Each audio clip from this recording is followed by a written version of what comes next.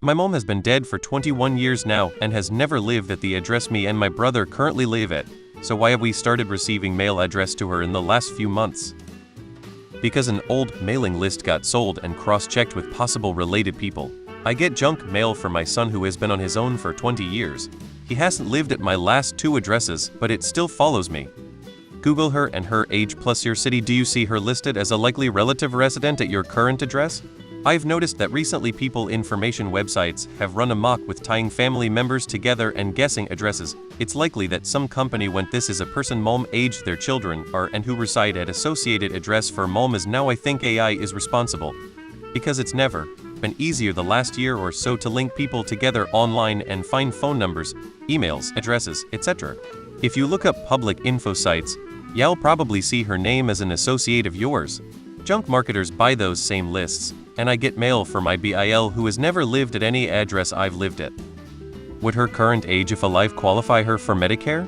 It's open enrollment season and the mass mailings of all kinds of junk to anyone turning 65 are starting.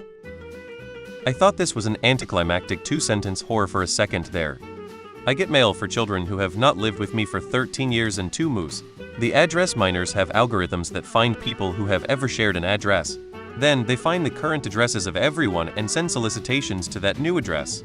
We get mail addressed to several deceased relatives, none of whom have lived here. It is an automated process.